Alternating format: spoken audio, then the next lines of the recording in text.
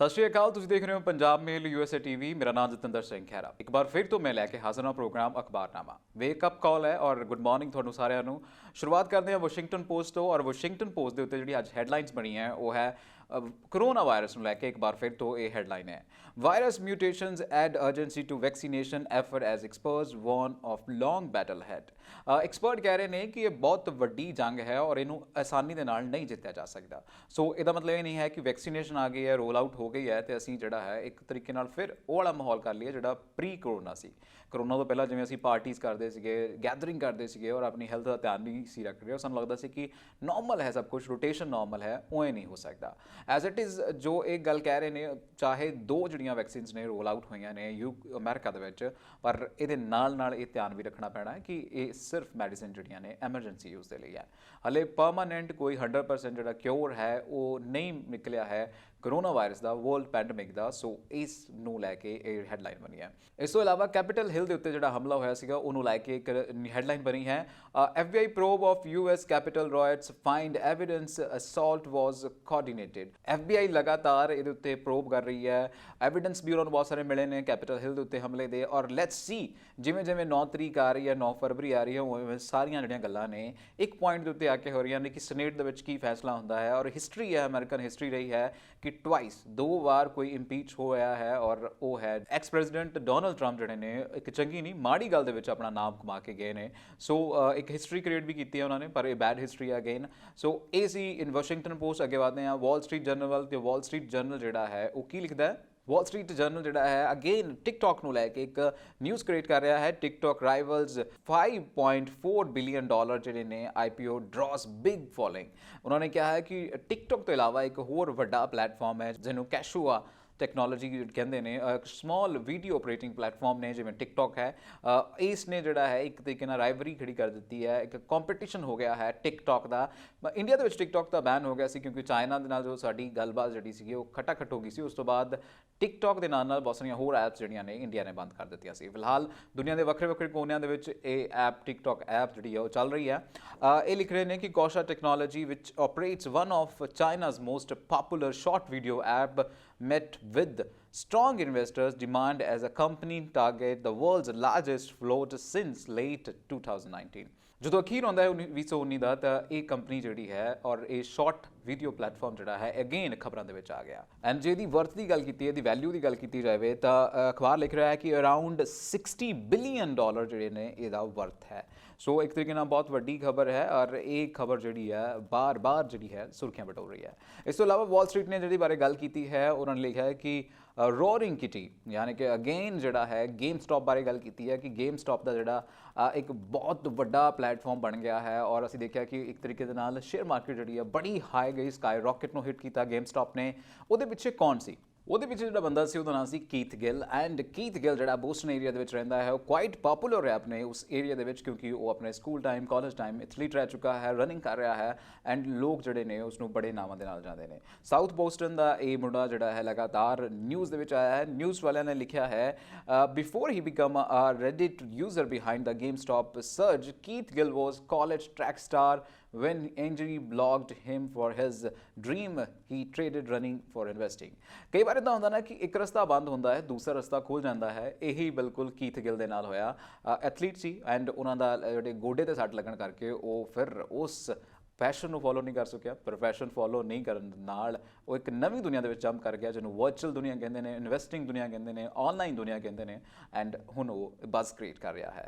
फिलहाल कीथ गिल जिहड़ा है एक तरीके दे नाल रोरिंग किटी बहुत सारे टैग्स जिहड़े ने रोरिंग किटी, डीप एफ, इंग वैल्यू, बहुत सारे होर नाम जिहड़े ने इस टाइम उन्होंने दिते जा रहे हैं। वैल इट्स एक प्रोफैशनल ट्रेनर है एंड उस तो बाद जंप करना तुसीं ऑनलाइन दुनिया दे विच और एक वड्डा नाम लैके आउणा, ये भी एक आपस विच जिहड़ी है एक बज़ क्रिएट करने वाली गल है। अगे बढ़ते हैं तो ट्रंप साहब के उत्ते हैडलाइन बनती है यूएस टुडे की। यूएस टुडे लिख रहा है कि Trump parts away with impeachment lawyer as Senate trial near. जिवें जिवें ट्रायल नियर आ रहा है उवें में हर कोई सोच रहा है कि ट्रंप को रिप्रजेंट करने के लिए कौन अगे आएगा। फिलहाल ये दस देवां कि जिहड़े 5 नाम सी सानूं लगदा सी कि ये नाम हो सकते हैं मीडिया दे विच या फिर उन्हां दे लई लड़ सकते हैं, तो वो नाम जिहड़े ने बिल्कुल भी ट्रंप साहब दे वल्लों प्रपोज नहीं किए गए। एंड ट्रंप साहब लगातार स्ट्रगल कर रहे हैं कि who goings to present him in Senate ਦੇ ਵਿੱਚ ਉਹਨਾਂ ਦਾ ਕੇਸ ਜਿਹੜਾ ਹੈ ਕੌਣ ਲੜੇਗਾ, ਕਿਸ ਤਰੀਕੇ ਨਾਲ ਲੜੇਗਾ, ਕਿਵੇਂ ਹੋਏਗੀ ਗੱਲਬਾਤ, ਇਹ ਇੱਕ ਟਾਈਮ ਦੇਖੇਗਾ। ਇੱਥੇ ਸਭ ਤੋਂ ਵੱਡੀ ਖਬਰ ਜਿਹੜੀ ਆ ਰਹੀ ਹੈ ਉਹ ਹੈ ਇਹਨਾਂ ਦੇ ਦੋ ਲਾਇਰ ਜਿਹੜੇ ਇਹਨਾਂ ਦੇ ਅਟਾਰਨੀ ਨੇ, ਉਹ ਬਹੁਤ ਜ਼ਿਆਦਾ ਮਤਲਬ ਇਹਨਾਂ ਦੇ ਲਈ ਕੰਮ ਕਰ ਰਹੇ ਸੀਗੇ ਜਦੋਂ ਇਹ ਪ੍ਰੈਜ਼ੀਡੈਂਟ ਸੀਗੇ, ਜਦੋਂ ਟਵਾਈਸਲੀ ਇੰਪੀਚ ਹੋਏ ਨੇ। ਪਹਿਲਾਂ ਜਦੋਂ ਇੰਪੀਚ ਹੋਇਆ ਉਦੋਂ ਵੀ ਉਹਨਾਂ ਨੇ ਕੰਮ ਕੀਤਾ। ਮੈਂ ਗੱਲ ਕਰ ਰਿਹਾ ਬੁਚ ਬੌਰ ਦੀ ਐਂਡ ਡੈਬਰਾ ਬਾਰਬਰੀਅਰ ਦੀ। ਇੱਕ ਵੱਡੀ ਖਬਰ ਬਣ ਰਹੀ ਹੈ ਇਸ ਵਾਰ ਉਹ ਇਹਨਾਂ ਦੀ ਇੰਪੀਚਮੈਂਟ ਦੀ ਸੁਣਵਾਈ ਤੇ ਜਿਹੜੇ ਨੇ ਮੋਰੀ ਨਹੀਂ ਹੋਣਗੇ। ਜੌਨਸਨ ਮਿਲਰ ਜਿਹੜੇ ਇਹਨਾਂ ਦੇ ਪੋਲੀਟੀਕਲ ਐਡਵਾਈਜ਼ਰ ਨੇ, ਉਹਨਾਂ ਨੇ ਇੱਕ ਸਟੇਟਮੈਂਟ ਦਿੱਤੀ ਹੈ। ਕਹਿ ਰਹੇ ਨੇ ਕਿ Miller said final decision had not been made on the former president legal team.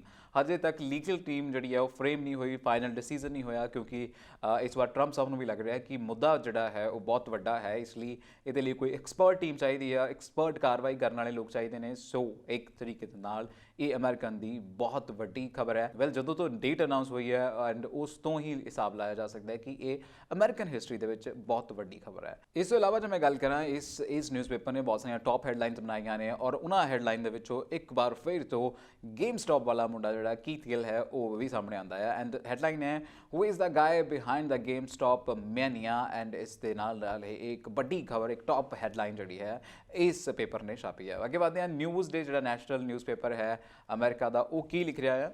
Trump ਦੇ ਨੂੰ ਲੈ ਕੇ ਉਹਨਾਂ ਨੇ ਵੀ ਇੱਕ ਬੜੀ ਟੌਪ ਹੈਡਲਾਈਨ ਬਣਾਈ ਹੈ।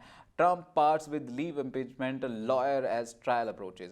ਇਹਨਾਂ ਨੇ ਲਿਖਿਆ ਹੈ ਕਿ ਟਰੰਪ ਸਾਹਿਬ ਨੂੰ ਇਸ ਵਾਰ ਜਿਵੇਂ ਜਿਵੇਂ ਦਿਨ ਨੇੜੇ ਆ ਰਹੇ ਨੇ ਇੰਪੀਚਮੈਂਟ ਦੀ ਸੁਣਵਾਈ ਦੇ ਸੈਨੇਟ ਦੇ ਵਿੱਚ, ਉਵੇਂ ਉਵੇਂ ਸਟਰਗਲ ਕਰਨਾ ਪੈ ਰਿਹਾ ਹੈ ਆਪਣੇ ਲਾਇਰ ਲੱਭਣ ਦੇ ਲਈ। ਅਗੇਨ ਇਸ ਪੇਪਰ ਨੇ ਵੀ ਜਿਹੜਾ ਹੈ ਬੁਚ ਬੌਰਸ ਦੇ ਐਂਡ ਡੈਬਰਾ ਬਾਰਬਰੀਅਰ ਦੇ ਬਾਰੇ ਜਿਹੜੀ ਗੱਲਬਾਤ ਲਿਖੀ ਹੈ ਕਿ ਜਿਹੜੇ ਕਿ ਐਕਸਪੀਰੀਅੰਸ ਬੰਦੇ ਸੀਗੇ ਉਹ ਇਸ ਵਾਰ ਦੇ ਟ੍ਰਾਇਲ ਦਾ ਜਿਹੜੇ ਆ ਵਿੱਚ ਹਿੱਸਾ ਨਹੀਂ ਲੈਣਗੇ ਔਰ ਰਿਪਰੈਜ਼ੈਂਟ ਨਹੀਂ ਕਰਨਗੇ ਟਰੰਪ ਨੂੰ। ਔਰ ਇਹ ਜਿਹੜਾ ਡਿਸੀਜ਼ਨ ਹੈ ਉਹ ਕਹਿੰਦੇ ਕਿ ਪੂਰੀ ਪਾਰਟੀ ਨੇ ਇੱਕ ਸਹਿਮਤੀ ਦੇ ਨਾਲ ਮਿਊਚੁਅਲ ਡਿਸੀਜ਼ਨ ਲਿਆ ਹੋਇਆ ਸੀ।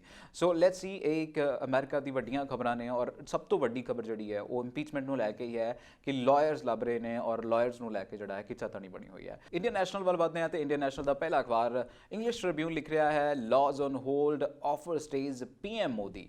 ਅਗੇਨ ਇਹਨਾਂ ਨੇ ਜਿਹੜਾ ਹੈ ਐਗਰੀਕਲਚਰ ਲਾਜ਼ ਨੂੰ ਲੈ ਕੇ ਇੱਕ ਨਿਊਜ਼ ਬਣਾਈ ਹੈ ਕਿ ਪੀਐਮ ਮੋਦੀ ਨੇ ਜਿਹੜਾ ਹੈ ਕਿਹਾ ਹੈ ਕਿ ਜਿਹੜਾ ਉਹਨਾਂ ਨੇ ਇੱਕ ਕਿਹਾ ਸੀ ਕਿ ਅਸੀਂ 1.5 ਸਾਲ ਦਾ ਇੱਕ ਹੋਲਟ ਲਾ ਦਾਂਗੇ, ਉਹ ਸਾਡਾ ਆਫਰ ਅਜੇ ਵੀ ਵੈਲਿਡ ਹੈ। 18 ਮਹੀਨਿਆਂ ਵਾਲਾ ਆਫਰ ਸਾਡਾ ਹਜੇ ਵੀ ਵੈਲਿਡ ਹੈ। ਐਂਡ ਇਸ ਨੂੰ ਪੁਆਇੰਟ ਬਣਾ ਕੇ ਲਿਖਿਆ ਹੈ ਇਹਨਾਂ ਨੇ। ਹੋਰ ਵੀ ਬਹੁਤ ਸਾਰੀਆਂ ਨਿਊਜ਼ ਜਿਹੜੀਆਂ ਨੇ ਇਹਦੇ ਵਿੱਚ ਇਨਕੋਪਰੇਟ ਕੀਤੀਆਂ ਨੇ। ਇਸ ਦੇ ਨਾਲ ਪਹਿਲੀ ਹੈਡਲਾਈਨ ਜਿਹੜੀ ਸਬ ਹੈਡਲਾਈਨ ਬਣਾਈ ਹੈ ਉਹ ਹੈ ਦਿੱਲੀ ਮਾਰਚ ਔਨ ਫੈਬ 7। ਇਹਦੇ ਵਿੱਚ ਲਿਖਿਆ ਹੈ ਕਿ ਹਿਸਾਰ ਤੋਂ 19 ਖਾਪ ਪੰਚਾਇਤਾਂ ਜਿਹੜੀਆਂ ਨੇ ਸ਼ਨੀਵਾਰ ਨੂੰ ਉਹਨਾਂ ਨੇ ਇੱਕ ਡਿਸੀਜਨ ਲਿਆ ਹੈ ਕਿ ਉਹ ਪਦ ਯਾਤਰਾ ਜਿਹੜਾ ਹੈ ਜੀਨ ਟੂ ਦਿੱਲੀ ਆ ਉਹ ਫੈਬ 7 ਨੂੰ ਜਿਹੜਾ ਹੈ ਕਰਨਗੀਆਂ, ਯਾਨੀ ਕਿ ਫਰਵਰੀ 7 ਨੂੰ ਜਿਹੜਾ ਹੈ ਇੱਕ ਖਾਪ ਪੰਚਾਇਤਾਂ ਜਿਹੜੀਆਂ ਨੇ ਉਹ 19 ਫਰਵਰੀ ਨੂੰ ਪਦ ਯਾਤਰਾ ਕਰਨਗੀਆਂ। ਔਰ ਇਸ ਦੇ ਨਾਲ ਹੀ ਉਹਨਾਂ ਨੇ ਅਨਾਉਂਸ ਕਰ ਦਿੱਤਾ ਹੈ ਕਿ ਬਾਈਕਾਟ ਜਿਹੜਾ ਹੈ ਉਹ ਕੀਤਾ ਜਾਣਾ ਚਾਹੀਦਾ ਹੈ ਬੀਜੇਪੀ ਦਾ ਐਂਡ ਜੇਜੇਪੀ ਦਾ। ਮੈਂ ਦੱਸਦਾ ਕਿ ਜੇਜੇਪੀ ਜਿਹੜੀ ਹੈ ਦੁਸ਼ਯੰਤ ਚੌਟਾਲਾ ਹੋਣੀ ਐਂਡ ਇਹ ਇੱਕ ਭਾਗੀਦਾਰ ਪਾਰਟੀ ਹੈ। ਉਸੇ ਮੈਜੋਰਿਟੀ ਨਹੀਂ ਸੀ ਮਿਲੀ ਹਰਿਆਣਾ ਦੇ ਵਿੱਚ ਔਰ ਇਹਨਾਂ ਦੋਹਾਂ ਪੋਲੀਟੀਕਲ ਪਾਰਟੀਆਂ ਨੇ ਮਿਲ ਕੇ ਉੱਥੇ ਸਰਕਾਰ ਬਣਾਈ ਸੀਗੀ। ਇਸ ਤੋਂ ਇਲਾਵਾ ਜਿਹੜੀ ਹੈਡਲਾਈਨ ਬਣੀ ਹੈ ਉਹ ਹੈ 38 cases and 84 arrests ਨੇ। ਉਹਦੇ ਉੱਤੇ ਖਬਰ ਲਿਖੀ ਹੈ post Red Fort violence the Delhi police have filed 38 cases and arrested 84 person for rioting and damaging public property। ਹਿੰਸਾ ਭੜਕਾਉਣ ਦੇ ਲਈ ਔਰ ਪਬਲਿਕ ਪ੍ਰਾਪਰਟੀ ਨੂੰ ਡੈਮੇਜ ਕਰਨ ਦੇ ਲਈ ਜਿਹੜਾ ਹੈ ਇਸ ਖਬਰ ਦੇ ਵਿੱਚ ਲਿਖਿਆ ਹੈ ਕਿ 38 ਕੇਸ ਬਣੇ ਨੇ ਔਰ 84 ਲੋਕਾਂ ਨੂੰ ਗ੍ਰਿਫਤਾਰ ਕਰ ਲਿਆ ਗਿਆ ਹੈ ਹੁਣ ਤੱਕ। ਸਾਡੇ ਕੋਲ ਇੱਕ ਖਬਰ ਆਈ ਸੀ ਮੈਂ ਕੱਲ ਵੀ ਪੜ੍ਹੀ ਹੈ ਕਿ 12 ਜਿਹੜੇ ਮੋਗੇ ਦੇ ਨੌਜਵਾਨ ਸੀਗੇ ਉਹ ਅਰੈਸਟਡ ਸੀਗੇ। ਫਿਰ ਪਤਾ ਲੱਗਿਆ ਕਿ ਉਹਨਾਂ ਦੇ ਵਿੱਚੋਂ ਕੁਝ ਜਿਹੜੇ ਨੇ ਉਹ ਜੇਲ੍ਹ ਦੇ ਵਿੱਚ ਨੇ, ਅਰੈਸਟਡ ਨੇ ਔਰ ਉਹ ਸ਼ਾਇਦ ਉਹਨਾਂ ਦੇ ਕੇਸਿਸ ਦੇ ਵਿੱਚ ਇਹ ਵੀ ਹੋ ਸਕਦੇ ਨੇ। ਅੱਗੇ ਵਧਦੇ ਨੇ, ਇਸੇ ਹੀ ਖਬਰ ਦੇ ਵਿੱਚ ਇੱਕ ਸਬ ਹੈਡਲਾਈਨ ਹੈ ਨੋ ਨੈਟ ਐਟ ਪ੍ਰੋਟੈਸਟ ਸਾਈਟ। ਸਾਨੂੰ ਪਤਾ ਲੱਗਿਆ ਸੀ ਪਰਸੋਂ ਕਿ ਗਾਜ਼ੀਪੁਰ ਸਾਈਡ ਦੇ ਵਿੱਚ ਜਿਹੜਾ ਪਾਣੀ ਤੱਕ ਵੀ ਹੈ ਉਹਨਾਂ ਨੇ ਬੰਦ ਕਰ ਦਿੱਤਾ ਸੀਗਾ। ਮੋਬਾਈਲ ਟਾਇਲਟ ਜਿਹੜੀਆਂ ਸੀ ਦਿੱਲੀ ਗਵਰਨਮੈਂਟ ਵੱਲੋਂ, municipal corporation Delhi municipal corporation ਵੱਲੋਂ ਦਿੱਤੀਆਂ ਸੀ, ਉਹ ਵੀ ਉੱਥੋਂ ਹਟਾ ਲਈਆਂ ਗਈਆਂ ਸੀਗੀਆਂ। ਇਸ ਤੋਂ ਇਲਾਵਾ ਹੁਣ ਇੱਕ ਵੱਡੀ ਖਬਰ ਜਿਹੜੀ ਕੱਲ੍ਹ ਦੀ ਬਣ ਰਹੀ ਹੈ ਉਹ ਹੈ ਲਗਾਤਾਰ ਬਿਜਲੀ ਜਿਹੜੀ ਹੈ ਉੱਥੇ ਕੱਟ ਹੈ, ਯਾਨੀ ਕਿ ਬਿਜਲੀ ਐਂਡ ਨੈਟ ਦੋਹੇ ਚੀਜ਼ਾਂ ਜਿਹੜੀਆਂ ਨੇ ਉੱਥੇ ਕੱਟ ਕਰ ਦਿੱਤੀਆਂ ਨੇ। ਇੱਕ ਬਹੁਤ ਵੱਡੀ ਜਿਹੜੀ ਘਾਲਣਾ ਘਾਲ ਰਹੇ ਨੇ ਸਾਡੇ ਲੋਕ। The government has temporarily suspended internet services at Singhu, Ghazi and Tikri border till January 31। ਇੱਕ ਖਬਰ ਜਿਹੜੀ ਕਨਫਰਮ ਖਬਰ ਆ ਰਹੀ ਹੈ ਉਹ ਹੈ ਕਿ 31 ਜਨਵਰੀ ਤੱਕ ਜਿਹੜਾ ਸੀਗਾ, ਯਾਨੀ ਕਿ ਅੱਜ ਤੱਕ ਜਿਹੜਾ ਸੀਗਾ ਉੱਥੇ ਸਸਪੈਂਡ ਕਰ ਦਿੱਤਾ ਸੀਗਾ ਇੰਟਰਨੈਟ। ਲੈਟਸ ਸੀ ਕੱਲ੍ਹ ਨੂੰ ਜਿਹੜਾ ਉੱਥੇ ਇੰਟਰਨੈਟ ਚੱਲਦਾ ਹੈ ਕਿ ਨਹੀਂ ਚੱਲਦਾ, ਇਹ ਤਾਂ ਸਮਾਂ ਦੱਸੇਗਾ। ਅਗਲੀ ਖਬਰ ਜਿਹੜੀ ਹੈ ਉਹ ਵੀ ਇੰਗਲਿਸ਼ ਟ੍ਰਿਬਿਊਨ ਤੋਂ ਆਈ ਹੈ। ਇੰਗਲਿਸ਼ ਟ੍ਰਿਬਿਊਨ ਲਿਖਦਾ ਹੈ ਕਿ next mahapanchayat at Baghpat BJP misread farmers agitation. ਇਹ ਖਬਰ ਆਈ ਹੈ ਲਗਾਤਾਰ। ਸਾਨੂੰ ਪਤਾ ਸੀਗਾ ਕਿ ਮੁਜ਼ੱਫਰ ਨਗਰ ਦੇ ਵਿੱਚ ਜਿਹੜਾ ਹੈ लगातार ਜਿਹੜਾ ਹੈ ਪਹਿਲਾਂ ਰਾਕੇਸ਼ ਟਕੈਤ ਦੇ ਭਰਾ ਨਰੇਸ਼ ਉਹਨਾਂ ਨੇ ਇੱਕ ਵੱਡੀ ਸਾਰੀ ਪੰਚਾਇਤ ਜਿਹੜੀ ਮਹਾ ਪੰਚਾਇਤ ਹੈ ਉਹ ਬੁਲਾਈ ਸੀ, ਔਰ ਜਿਹਦੇ ਵਿੱਚ ਬਹੁਤ ਹੀ ਲੋਕ, ਲੱਖਾਂ ਹੀ ਲੋਕ ਜਿਹੜੇ ਸੀਗੇ ਉਹ ਸ਼ਾਮਲ ਹੋਏ ਸੀ। ਹੁਣ ਇਸ ਤੋਂ ਬਾਅਦ ਅਗਲਾ ਜਿਹੜਾ ਮਹਾ ਪੰਚਾਇਤ ਦਾ ਸ਼ਡਿਊਲ ਹੈ ਉਹ ਵੀ ਕਰ ਦਿੱਤਾ ਹੈ ਕਿ ਅਗਲੀ ਮਹਾ ਪੰਚਾਇਤ ਜਿਹੜੀ ਹੈ ਭਾਗਪਤ ਦੇ ਵਿੱਚ ਹੋਏਗੀ। ਐਂਡ ਨਾਲ ਹੀ ਨਾਲ ਸਟੇਟਮੈਂਟ ਜਿਹੜੀ ਹੈ ਪਿਛਲੀ ਮਹਾ ਪੰਚਾਇਤ ਤੋਂ ਉਹ ਆ ਗਈ ਹੈ ਕਿ ਫਾਰਮਰਾਂ ਦਾ ਜਿਹੜਾ ਪ੍ਰੋਟੈਸਟ ਹੈ ਇਹਨੂੰ ਗਲਤ ਤਰੀਕੇ ਦੇ ਨਾਲ ਮਿਸਰੀਡ ਕੀਤਾ ਜਾ ਰਿਹਾ ਹੈ ਗਵਰਨਮੈਂਟ ਵੱਲੋਂ, ਔਰ ਗਵਰਨਮੈਂਟ ਨੂੰ ਇੱਕ ਸਟ੍ਰਿਕਟ ਐਕਸ਼ਨ ਪਲਾਨ ਕਰਨ ਦੀ ਲੋੜ ਹੈ, ਨਹੀਂ ਤਾਂ ਡੈਮੋਕ੍ਰੇਸੀ ਨੂੰ ਖਤਰਾ ਹੈ। ਸੋ ਵੈਲ ਕਿਤੇ ਨਾ ਕਿਤੇ ਜੇ ਗਵਰਨਮੈਂਟ ਕਹਿ ਰਹੀ ਹੈ ਕਿ ਅਸੀਂ ਗੱਲਬਾਤ ਕਰਨ ਲਈ ਤਿਆਰ ਹਾਂ, ਤਾਂ ਗਵਰਨਮੈਂਟ ਨੂੰ ਇੱਕ ਰੀਅਲ ਸੋਲ ਜਿਹੜੀ ਹੈ ਸੈਜੀਟੇਸ਼ਨ ਦੀ ਉਹਨੂੰ ਵੀ ਸਮਝਣ ਦੀ ਬਹੁਤ ਵੱਡੀ ਜ਼ਰੂਰਤ ਹੈ। ਕਿਸਾਨ ਆਗੂਆਂ ਦੇ ਨਾਲ ਇੱਕ ਵਾਰ ਫਿਰ ਤੋਂ ਗੱਲਬਾਤ ਦਾ ਸਿਲਸਿਲਾ ਸ਼ੁਰੂ ਕਰ ਰਹੀ ਹੈ ਗਵਰਨਮੈਂਟ, ਔਰ ਇਸ ਵਾਰ ਮੋਦੀ ਸਾਹਿਬ ਦੀਆਂ ਸਟੇਟਮੈਂਟਸ ਵੀ ਆ ਰਹੀਆਂ ਨੇ ਕਿ ਅਸੀਂ ਲਗਾਤਾਰ ਖੁੱਲ੍ਹੇ ਮਨ ਔਰ ਦੇ ਨਾਲ ਜਿਹੜਾ ਹੈ ਇੱਕ ਬੈਠਣ ਨੂੰ ਤਿਆਰ ਹਾਂ, ਗੱਲਬਾਤ ਕਰਨ ਨੂੰ ਤਿਆਰ ਹੈ। ਔਰ ਪੰਜਾਬੀ ਟ੍ਰਿਬਿਊਨ ਨੇ ਵੀ ਇਸ ਨੂੰ ਹੈਡਲਾਈਨ ਬਣਾਇਆ। ਹੈਡਲਾਈਨ ਲਿਖਦੇ ਨੇ, ਕਿਸਾਨਾਂ ਨੂੰ ਕੀਤੀ ਪੇਸ਼ਕਸ਼ ਤੇ ਸਰਕਾਰ ਕਾਇਮ ਹੈ ਮੋਦੀ, ਸਰ ਪਾਰਟੀ ਬੈਠਕ 'ਚ ਬਜਟ ਸੈਸ਼ਨ ਨਿਰਵਿਘਨ ਚਲਾਉਣ ਦੀ ਲੋੜ ਤੇ ਦਿੱਤਾ ਜ਼ੋਰ।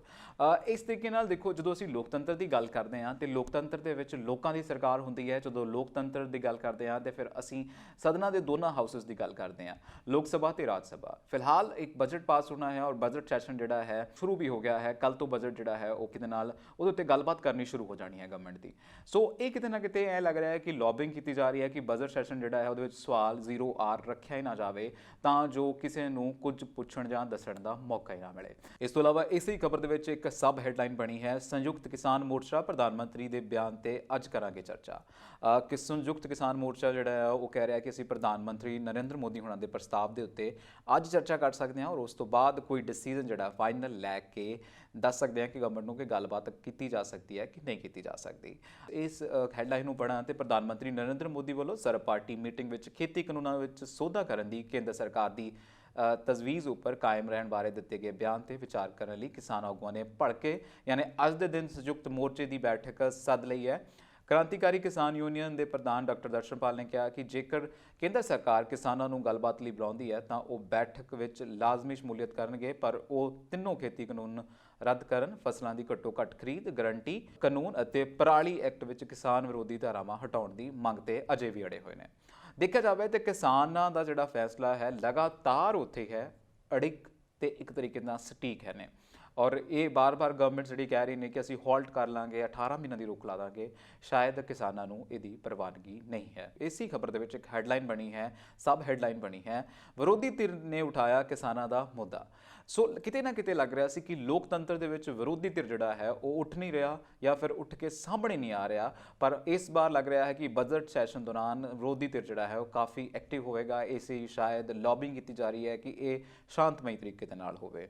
ਕਿਸਾਨ ਆਗੂਆਂ ਨੂੰ ਕੇਸਾਂ 'ਚ ਨਾ ਉਲਝਾਏ ਕੇਂਦਰ, ਇੱਕ ਬਹੁਤ ਵੱਡੀ ਸਟੇਟਮੈਂਟ ਹੈ। ਐਂਡ ਕਾਂਗਰਸ ਨੇ ਜਿਹੜੀ ਹੈ ਸਰਕਾਰ ਨੂੰ ਇੱਕ ਚੇਤਾਵਨੀ ਦਿੱਤੀ ਹੈ ਕਿ ਜਿਹੜੇ ਐਜੀਟੇਸ਼ਨ 'ਤੇ ਬੈਠੇ ਨੇ ਜਾਂ ਅੰਦੋਲਨ ਕਰ ਰਹੇ ਨੇ ਉਹਨਾਂ ਨੂੰ ਕੇਸਾਂ ਦੇ ਵਿੱਚ ਨਾ ਉਲਝਾਇਆ ਜਾਵੇ, ਕਿਉਂਕਿ ਅਸੀਂ ਦੇਖਿਆ ਸੀ ਕਿ ਜਦੋਂ ਦਿੱਲੀ ਵਾਲੀ 26 ਜਨਵਰੀ ਵਾਲੀ ਘਟਨਾ ਹੁੰਦੀ ਹੈ ਤਾਂ ਉਹਦੇ ਵਿੱਚ ਇੱਕ ਨਹੀਂ ਦੋ ਨਹੀਂ ਬਹੁਤ ਸਾਰੇ ਕਿਸਾਨ ਆਗੂ ਜਿਹੜੇ ਨੇ ਉਹਨਾਂ ਦੇ ਖਿਲਾਫ ਪਰਚੇ ਕਰ ਦਿੱਤੇ ਜਾਂਦੇ ਨੇ, ਜਦਕਿ ਉਹ ਲਗਾਤਾਰ ਸ਼ਾਂਤਮਈ ਅੰਦੋਲਨ ਨੂੰ ਪ੍ਰਮੋਟ ਕਰ ਰਹੇ ਸੀ।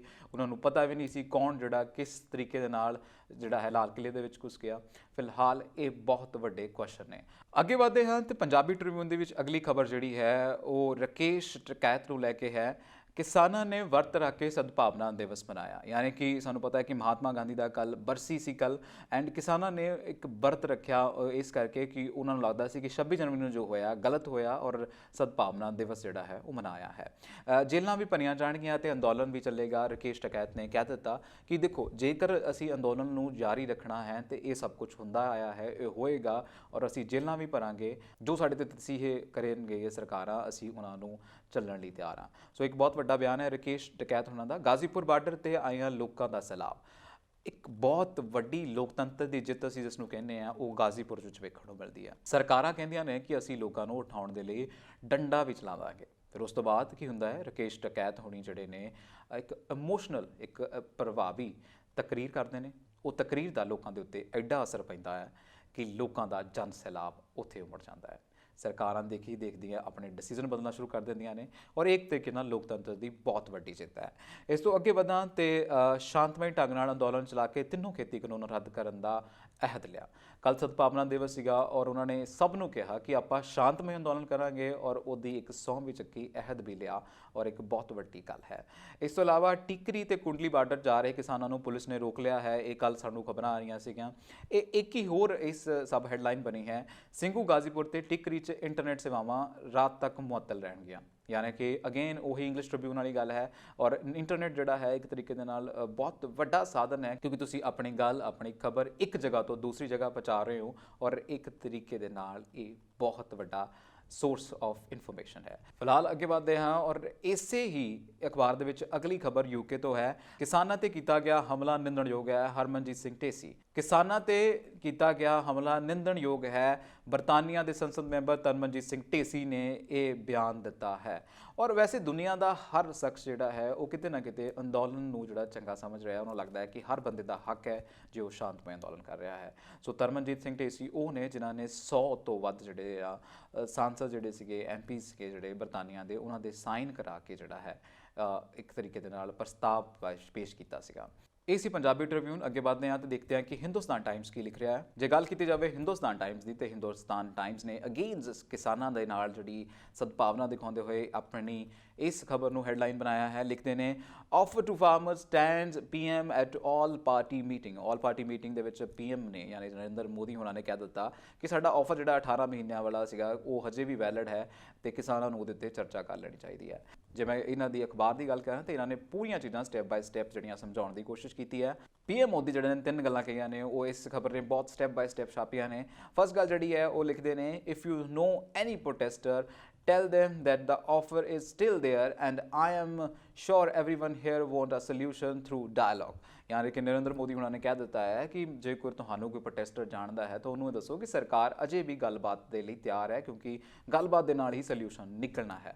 ਪਰ ਬਹੁਤ ਗੱਲਬਾਤ ਹੋ ਗਈਆਂ, 11 ਜਿਹੜੇ ਨੇ ਇੱਕ ਰਾਊਂਡ ਹੋਏ ਟਾਕਸ ਦੇ, ਪਰ ਉਸ ਤੋਂ ਬਾਅਦ ਵੀ ਕੁਝ ਨਿਕਲ ਕੇ ਨਹੀਂ ਆਉਂਦਾ ਤਾਂ ਫਿਰ ਕਿਤੇ ਨਾ ਕਿਤੇ ਗਵਰਨਮੈਂਟ ਦਾ ਬਹੁਤ ਵੱਡਾ ਫੇਲੀਅਰ ਹੈ, ਕਿਉਂਕਿ ਇਹਨਾਂ ਦੀ ਬਹੁਤ ਵੱਡੀ ਰਿਸਪੌਂਸਿਬਿਲਿਟੀ ਬਣਦੀ ਹੈ।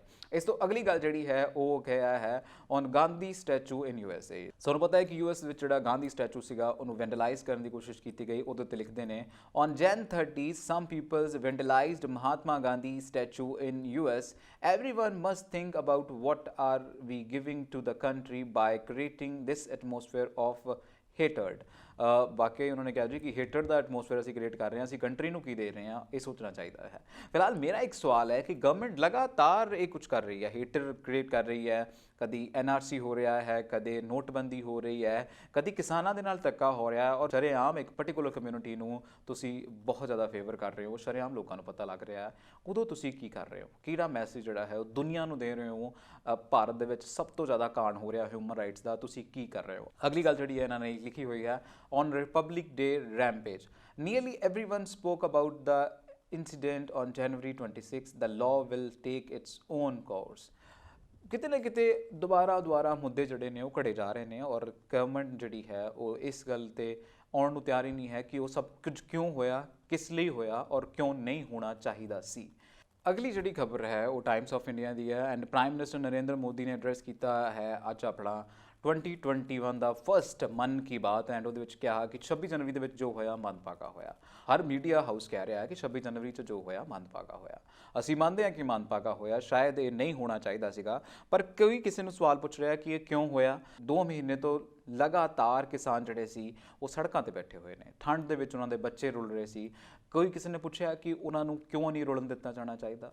ਮੰਨਿਆ ਹੈ ਕਿ ਟ੍ਰਾਈਕਲਰ ਦਾ ਅਪਮਾਨ ਮੰਨਿਆ ਜਾ ਰਿਹਾ ਹੈ, ਚਲੋ ਬਹੁਤ ਵੱਡੀ ਗਾਲਣਾ ਹੈ, ਬਹੁਤ ਵੱਡੀ ਗਲਤੀ ਹੈ, ਪਰ ਕੀ ਤੁਸੀਂ ਆਪਣੇ ਲੋਕਾਂ ਦੇ ਨਾਲ ਜਦੋਂ ਤਸ਼ੱਦਦ ਕਰਦੇ ਹੋ, ਉਹਨਾਂ ਦੀ ਪਰਵਾਹ ਨਹੀਂ ਕਰਦੇ ਤਾਂ ਕੀ ਤੁਸੀਂ ਕੁਝ ਚੰਗਾ ਕਰ ਰਹੇ ਹੋ? ਇਹ ਇੱਕ ਬਹੁਤ ਵੱਡਾ ਸਵਾਲ ਹੈ। ਅਗਲੇ ਵਧਦੇ ਹਾਂ, ਨਵਾਂ ਜ਼ਮਾਨਾ ਲਿਖ ਰਿਹਾ, ਸਮੇਂ ਦਾ ਹਾਣੀ ਸਹਿਕਾਰੀ ਖੇਤੀ ਮਾਡਲ।